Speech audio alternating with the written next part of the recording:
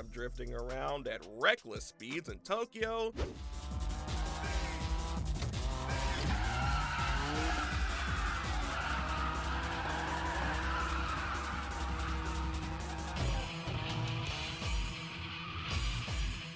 to taking their cars into outer space, here's why the Fast and Furious franchise needs to stop. If there's one thing that's been consistent in anyone's life since 2001, it's the Fast and Furious movies. Fans have practically seen the cast grow up in front of their own eyes. It's crazy to think about how, over 20 years later, the movies are still in production. When you're working on a project like this non-stop, you're bound to get sick of it. Vin Diesel is clearly very open to the idea of ending it forever. He spoke about this back in 2021, talking about how the series would end after the 11th movie. As I embark on the finale, Fast 10, and It is the last, the 10th. Wow. Vin, who plays Dominic Toretto, said it's about time things are finally over, and just like all good things, the Fast and Furious franchise should also end. It looks like he's ready to say goodbye to the family. He even gave his reasons why. While he was promoting one of the films, Diesel said that every story deserves its own ending, and I couldn't agree more. 10 Part 1 and 10 Part 2 would be the last one. But, to be fair, every story deserves its ending.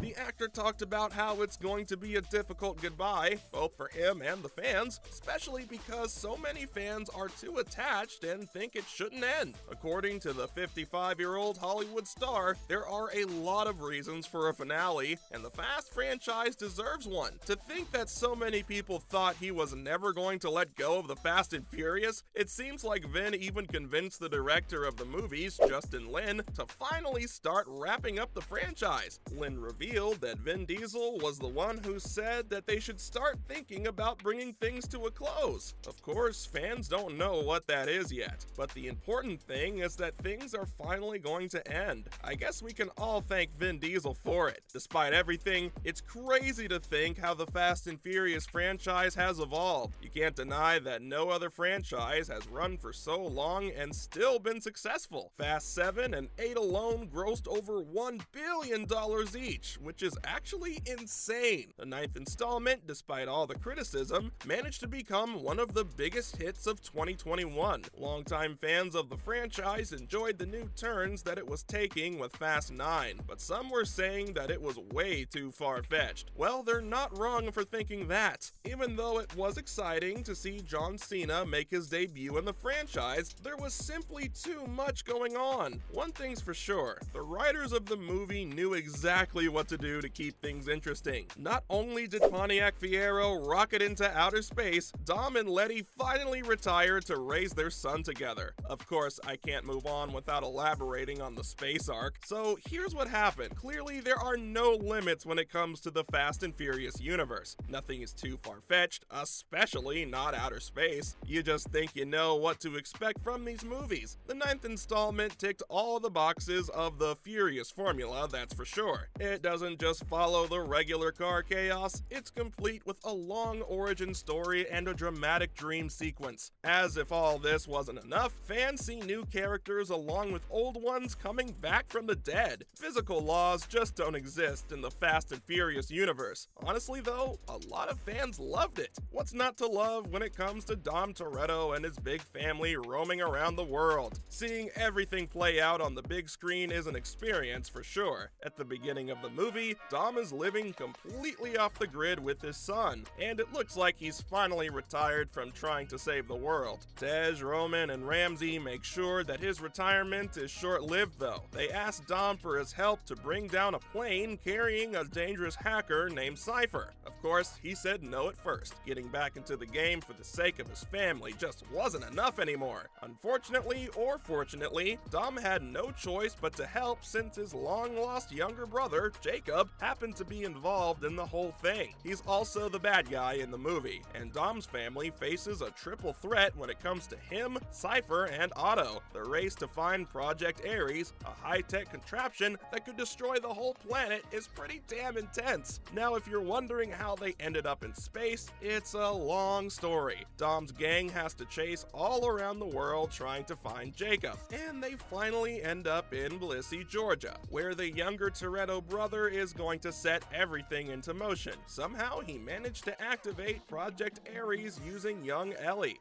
and it begins uploading to a spacecraft circling Earth. This would allow any machine in the world to be hacked almost instantly, giving Jacob and the rest of the bad guys control over everything. If you're an OG fan of the movies, you know this whole idea isn't too wild. What's crazy though is that the whole group needs to stop Jacob and get their hands on Project Ares, but they also need to disable a whole satellite. Yes, a satellite in outer space. Of course, the family takes things into their own hands instead of asking for NASA's help. That would be too far-fetched. The only logical course of action in the Fast and Furious cinematic universe was to turn to Sean Boswell for help. If you're wondering what he did, Sean and his friends, Twinkie and Earl Who, took off in their car with a rocket engine. Yeah, you heard that right. The vehicle is called Pontiac Ferrero, and the family decides to get it close to the satellite. Tej and Roman commandeered the car into space from a plane that Earl Who and Twinkie are flying. They're fully prepared though, wearing makeshift astronaut suits known as emus. In the end, thanks to the family's efforts, Tej and Roman crash through the satellite and deactivate it. Of course, this comes at a cost because the Pontiac Fiero is destroyed, and they float around in their emus until they are rescued by a space station. All this is a bit absurd, even according to the franchise's standards. That's exactly why critics and fans had a lot to say. Some even said that it was the most ridiculous Fast and Furious move yet. They had a big budget and they weren't afraid to use it. Another critic said that this was the worst FF movie to date. It seems like the budget for the movies keeps getting bigger, but the storylines keep getting messier. Even though Vin Diesel wants it to end, there are still a few more movies to go. The 10th and 11th movies will serve as a two-part finale, with Fast X hitting the big screen in just a few weeks. Fans have a lot of theories about what will go down. Some even think that a huge crossover is coming. Considering the movie is called Fast X, people have taken the liberty to joke about it being a Marvel crossover. Maybe we'll see Professor X in it? Some even said that mutants might make an appearance in the 10th one. If they can go to outer space, then this isn't too far off. As for what we know for sure, the trailer confirmed that we're going to get all the classic family content. Almost everyone who has ever been in an F&F film is going to be in the 10th and 11th movies. Vin Diesel, Michelle Rodriguez, Tyrese Gibson, Ludacris, the whole gang. For the last movie though, we don't know if newcomers Jason Momoa, Brie Larson, and Rita Moreno will return. All in all, it looks like everyone's ready to say one last goodbye. So, from ridiculous plot lines to the main actor wanting to call it quits, that's why the Fast and Furious franchise needs to stop.